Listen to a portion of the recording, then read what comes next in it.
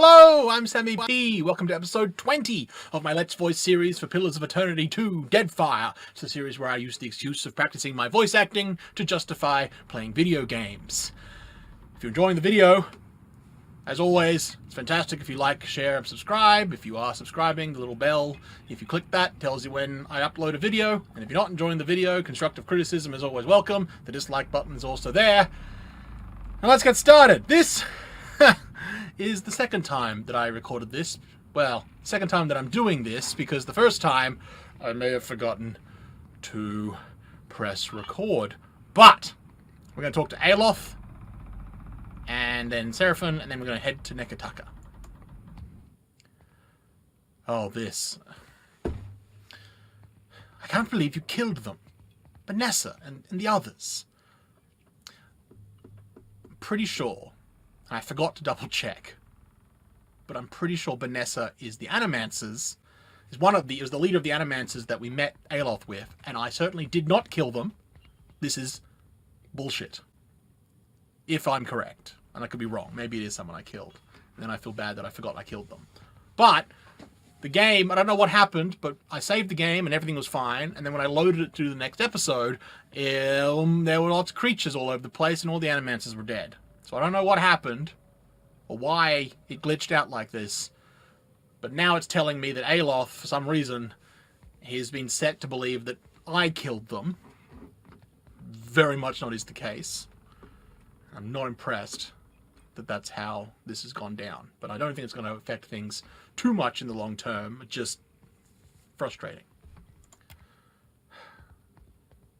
For the last 5 years, I've been working to stop excesses like this. I'm sorry.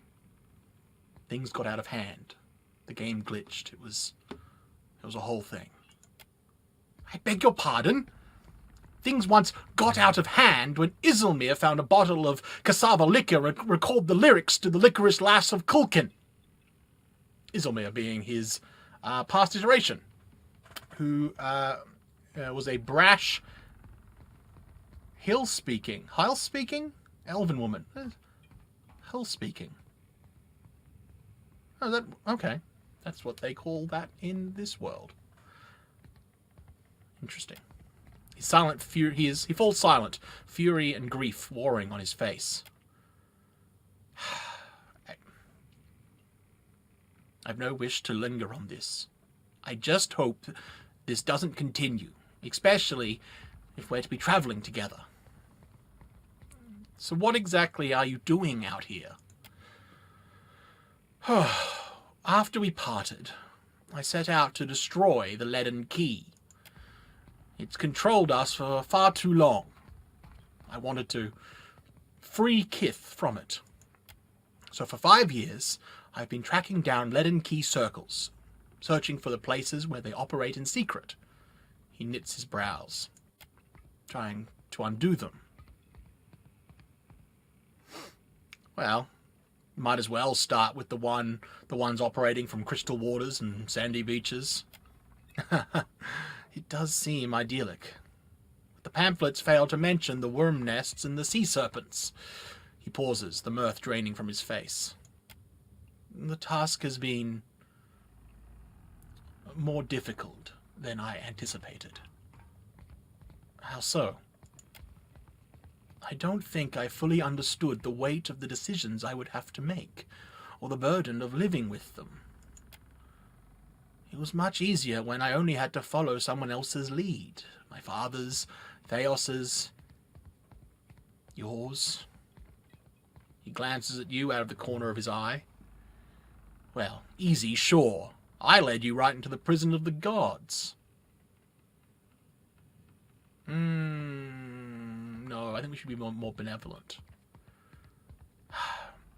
Well, is there some way I can help? I wish I knew. After we defeated Theos, I thought the hard part of undoing his work would be tracking down the Leaden Key's members and operations. I mean, maybe he had an address. Maybe he had an address book. Oh, too bad you burnt his robes. He gives you an appreciative smile, but his mind is clearly elsewhere. Perhaps this would be easier with an example. I went to a village in Oldvalia, a run-down backwater of a place. Aye! Right home like it was! Aelof's expression shifts as Isilmir briefly emerges. Sorry. Isilmir's fun. Centuries ago, the Leaden Key had intervened to end some heretical cult. The details were lost, but what had endured was a practice of ritual bloodletting, a gruesome, pointless tradition. He grimaces. At every full moon, the villagers would feed the soil with their blood. No one, young or old, sick or hale, was exempt. So you helped them, right? That's where it gets complicated. He frowns at his interlaced fingers. The village priest administered the practice. Grim old fellow, reminded me of Theos. He raises an eyebrow at you. Oh, right, okay. Wicked old bonebagged is what the lad means. Ah, he was a tyrant. I was certain that if the villagers were free of his influence, they'd be free from the bloodletting too. So I arranged for him to have an accident. He gives you a sly look. Well, that seems like one of Theos's dirty tricks. I expect you to act with honor. I'd expect you to act with honor. He winces. I did it for the right reasons. Not that this changed much. The old man died, and the villagers were terrified. They were convinced his death was an ill omen. They blamed it, and every other mishap that befell them, on their lack of faith. So they began bloodletting every week, turning on their neighbors for giving too little. His lips twist, as if the words themselves have a bitter taste. Instead of a handful dying each year, a few perished every week. He's worked the edge of his sash into a tight knot. He clenches it between pale, rigid fingers. And now you feel responsible. Is that it? I had to do something, didn't I? He turns to you with wide, anguished eyes. He pauses again, untwisting the sash at his lap. I keep wondering what I might have done differently, or how I could have known better. Well, learning from mistakes like this is a good start. I suppose so. I should get some rest. It's been a long day, and you've given me a lot to think about. Wait, you still haven't told me what the Adamancers have to do with any of this. Ah, that. He massages his temples. I'm looking for an old Leaden Key sect. I found several references, but he shakes his head. I want to be sure. Please, let me go over my notes again. Then I promise I'll tell you everything. We'll talk more later then. Now, from memory, Adair doesn't have anything new to say to us. I got time. Yeah, so let's get moving. We're going to head back up this way. Talk to everyone here. Talk to everyone. Alright, back to the ship. I think we have to talk to Seraphim. That's the only one left. Need something, Captain? Ahoy there, Captain. Gracias, Castilla, for taking me on. Yeah. I don't think anyone's actually... Oh.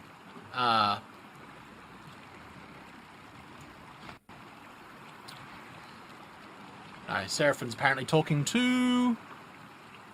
Oh, Vela. My adopted daughter.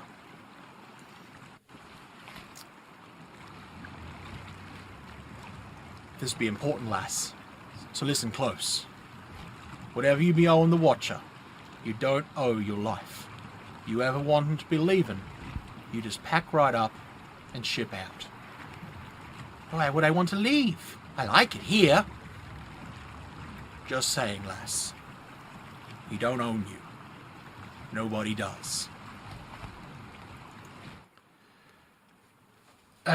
If you be having a tick, Cap, I've been thinking that if I be dragging you into these depths, you deserve a full sounding. This is about Romaro, I take it. I'm happy to listen. Well, when I were a wee swabby, fresh to the sea, it was Romaro who showed me the ropes and rigging. More than that, he kept his weather eye open for me. He plucks at the fur at his elbow. The sea be a right poxy whore on a... Oh, no, we're not... No. All right, Captain. The sea be a right poxy whore on occasion, and life aboard the Sorcerer that and more. Malnage, our ship hunter, she were all wet and bothered for doing me harm, and Romaro, he protected me. Mentored me, too. Learned me letters, navigation, handed down the Princepi traditions. In time, we became close as kin or closer, and the Sorcerer my family. Also, I realized that I've been calling it the Principe, and when I was trying to find some pronunciation for other things, discovered it's actually Princepi. So... Why was this... Malnage? Why did this Malnage want to hurt you? Well, in a nose cap, she treated me like my mere presence gave offence. How did Romaro end up in trouble with the Principe?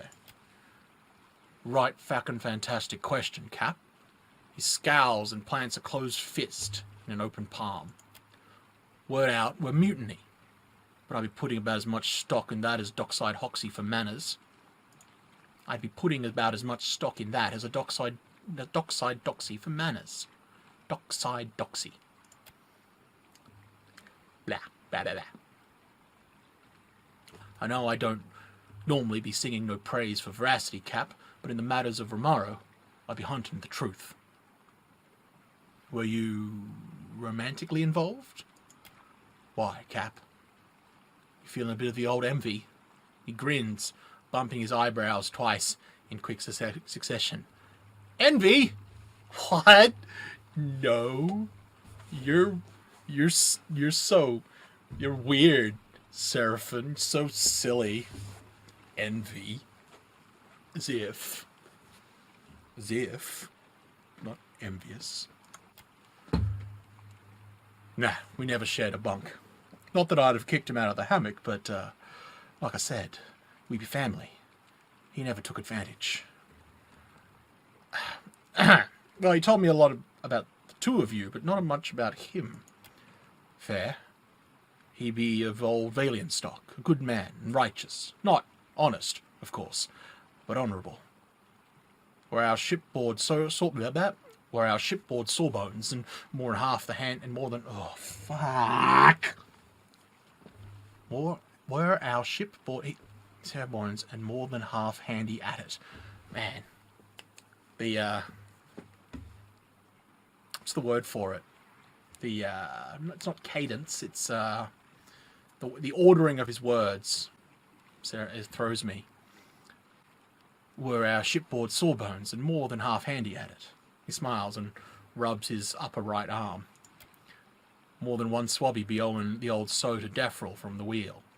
A deferral. More than one old swabby be owing the old salt to deferral from the wheel. Well, thank you. I'm glad you shared that. Aye. Do right by it, and I won't be regretting it.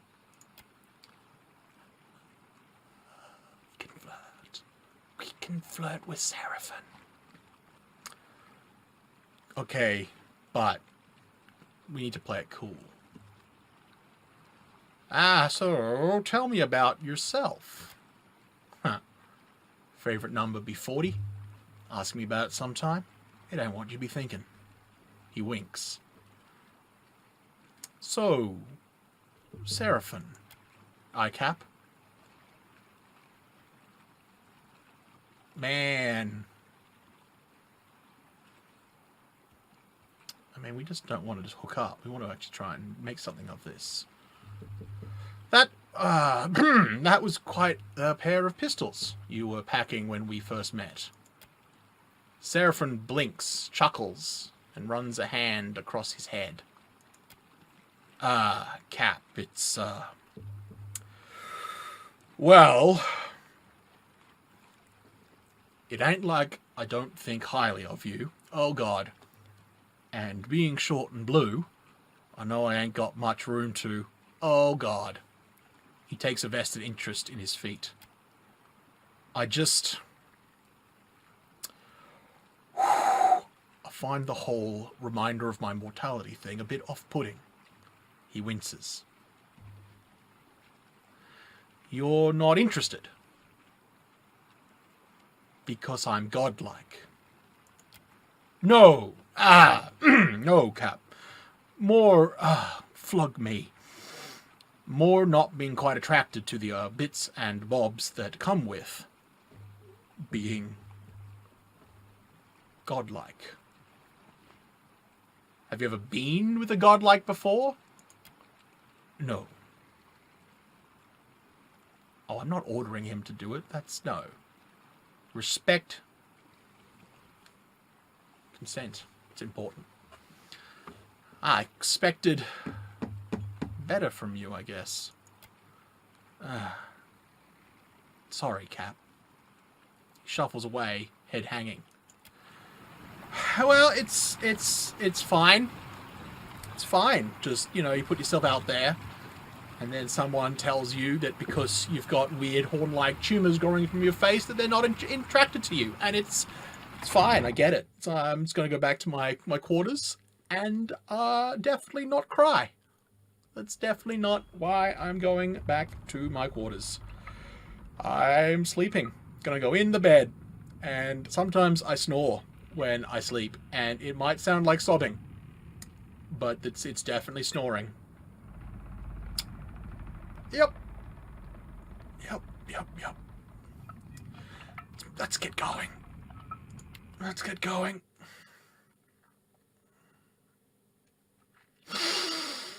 Okay. Plenty of fish in the sea. To be honest, I'm very surprised that there is anyone that Seraphim would say no to. But here we are. Here we are. Ooh, hello. Derelict Valian ship. Bedul points at the ship in the distance. What the hell was Bedul's voice? Beodul? Beodul. Galleon, Captain! A three-master. Or it was. Naught remains of the ship's foremast, save a splintered stump, and the bowsprit. Bowsprit. What the hell's a bowsprit? Future Sam, check what a bowsprit is, and put it there. Nope. There. There? Got there in the end. What is a bowsprit that has been sheared off? You see how they crippled her? That's the work of pirates. Principe, most likely, and probably the upstarts, if they're raiding this close to Valian patrol routes. Rum-Dub Regari leans in close. They'll have taken any gold, but they might have left supplies. Arena's brow is damp with sweat. We shouldn't be sticking around. If the Valians see us plundering one of their ships, they won't give us a chance to explain. Ooh, I need to get a spyglass. I don't want to piss off the Valians before I even get to Nekataka, so... Oh, yeah. Ready the guns. The cannoneers need the practice. The shake of his head, Rum-Dub Regari sighs. Or we could sink the loot, I suppose. But Arena nods. Aye, Captain. Beodul shouts the orders. Crew begins readying the guns below deck. Wow. Wow. Your gunners prove no match for the immobile target, and the cannonballs fly wide. The crew wince at the display. The Eldar looks at you again. Looks at you. Again, Captain? I mean, shit. If we can't even hit a stationary target, then yeah. Again. Better. Your gunners prove more than a match for the immobile target as you watch the target lists rolls and sinks beneath the waves. The crew below deck stomp their feet and cheer. We can shoot immobile targets! Huzzah!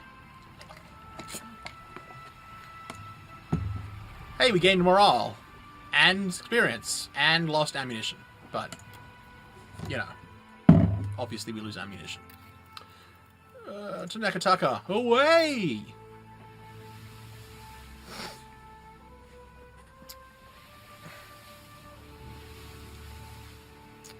I think we can... Boop.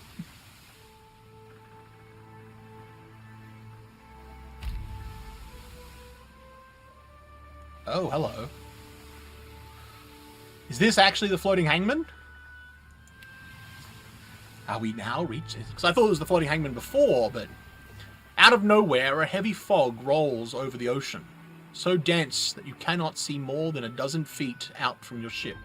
With the fog's arrival, the winds die, and the waves calm, and the Defiant is left aimlessly drifting. The only sounds that of the hull groaning, as if in dread of what's to come. Eerie green lights pierce through the fog as the silhouette of a massive galleon approaches. Black sails, though tattered and rotting, catch in an otherworldly wind, slicing the ship forward at a rapid pace. The captain, a skeleton outfitted in tarnished armor, with glowering eyes, surveys you from the quarter-deck of the decaying galleon. She wraps two fleshless fingers against her chest before pointing right at you. What the goddess of death has marked, I will leave untouched. She nods solemnly once, then with a tilt of her head, tilt of her skull, steers the ship away. Ghastly and rotten ship that haunts the Deadfire.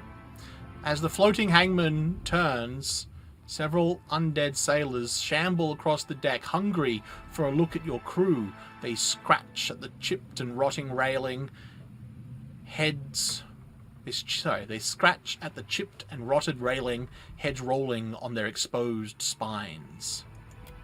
The ship departs back into the fog. A few minutes pass before the fog fully dissipates and the winds pick back up, rustling your sails. The sea is clear, empty. The other ship is nowhere to be found. That's fantastic. That's actually really fantastic. Holy crap. Because in the first game, I was a nature godlike, but I decided, and I mentioned this in the first episode, that given that I was being brought back specifically by Berath, the god of death, that maybe it thematically made sense that I would come back as a death godlike, because I was now more associated with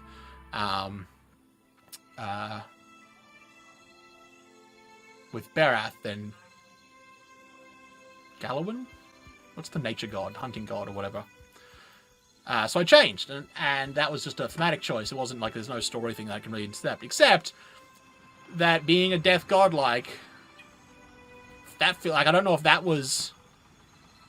I don't think that was specifically being because I was death godlike, but like, that probably just happened. That might just happen no matter what, because I am Berath's chosen, and I'm just marked by that. So I don't know if that would happen if I wasn't a godlike, but it feels more appropriate that it happened because when I am a death godlike. So that was really actually quite cool. And you know what? After being rejected by Seraphim for being a godlike and then being saved from the floating hangman, I'm going to say it was because I was a godlike, so that I feel better about myself. Anyway, we're being harassed again, probably, by some very heavily armed people. Hi, are you another adventuring party? Excuse me. As you walk down the dock, your approach is noted by a cadre of heavily armored Umara. Their leader briskly leads them to intercept you. Are you serious? Again, with this judging me for being a godlike shit? God, kick a guy when he's down, why don't you? I was just feeling better about it too, and now this person's giving me sass. Though the harbour master... Oh, it's the harbour master. Though the harbour master says nothing as she surveys you, you note a telltale sneer and a twitch of revulsion that is all too familiar. Super rude. A Deowidian ship, You are far from home, farmer. How did you make it all this way in your little boat? The Umara cranes her thick neck to look along the hull of your ship. Her expression conveys equal portions of incredulity and pity. Bitch. Why do we gotta be farmers? Just 'cause we're from Deerwood. Are you a farmer? Well, yeah. But you can't just assume. We got rabble-rousers, too. Yeah, you tell them. Her attention returns to you. As her attention returns to you, the Umara's mood becomes more formal. I am the harbour master. Keoha?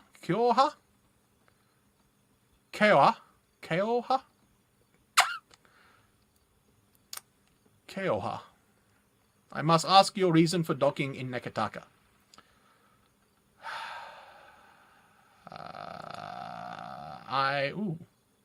Right. I'm following a giant made of Adra, and I need to see someone at the palace about it. The harbour master chuckles to herself, as do the women and men behind her. You need to see someone, truly. I think it's the animancers in the spire you're looking for. She taps her head 3 times and casts a glance back at her companions. To help with your head. The assembled guards roar with laughter and clap the harbour master on the back for her joke. Wow. It wasn't that funny, guys. What? No, go away. The hell? I thought I turned that off. Alright. Doesn't matter. Where are we? Deep within you, you feel an uncomfortable roiling. You can't be certain if the sensation is physical or spiritual, but it immediately induces nausea and fills your ears, oh, hello, with the sound of blood rushing through your head. Cutting through the din, you hear a familiar woman's voice speak. Each word comes slowly, falling with what sounds like the chiming of a small bell. Show them what you are. You know what? I think I've got some metaphysics. I know about the in-between. Let's concentrate on folding the edge of the in-between. I didn't know I could do that. You close your eyes and turn your mind inward, blocking out the sounds of the harbour and the menacing pack of guards. Soon all you can hear is the rushing of blood in your head and a muffled chime ringing somewhere far away. Yes, that's it. What is the matter with you? What are you doing? If you're trying to scare us with some cipher mischief, save the purple flames for the tribes of the outer islands. The roar in your head begins to abate. The ringing of the chime becomes clearer, rhythmic. 2 successive peals followed by a brief respite. You realize the charm is ringing in tandem with your heartbeat.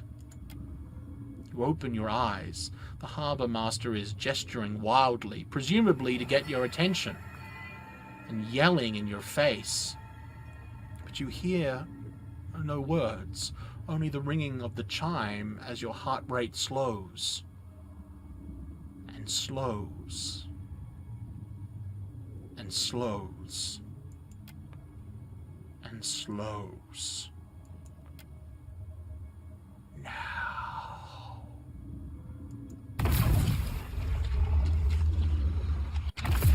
What? What is this? What? Ah! Ah! Holy shit. I mean, okay. I think you gotta go. I think I got a ghost up my nose there. Huh, that's better. Holy crap. Alright, we're gonna end. Wow! On that note. Whoa! That's a new trick. I'm curious, I guess. I didn't see that. Last time we recorded, I got just before we got to Nekataka, because it took me longer. I stumbled a lot more on a lot of some of the stuff that was being said on the ship.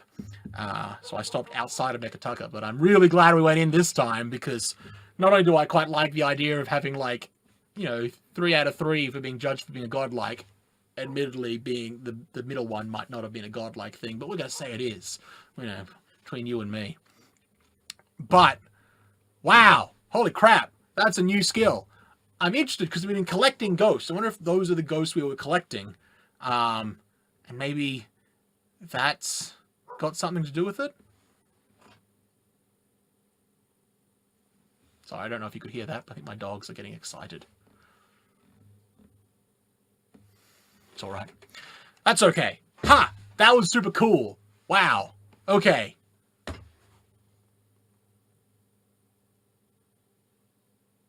Sorry, I was completely blanked. Join me next time for episode 21. If you enjoyed yourself so far, liking, sharing, subscribing, clicking the little bell, all of that is fantastic. If you didn't like it, the dislike button's there. Constructive feedback is fantastic.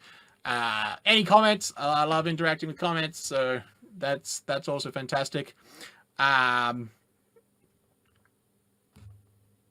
Yeah, join me for episode 21. I'm in SammyP. I hope you enjoyed it.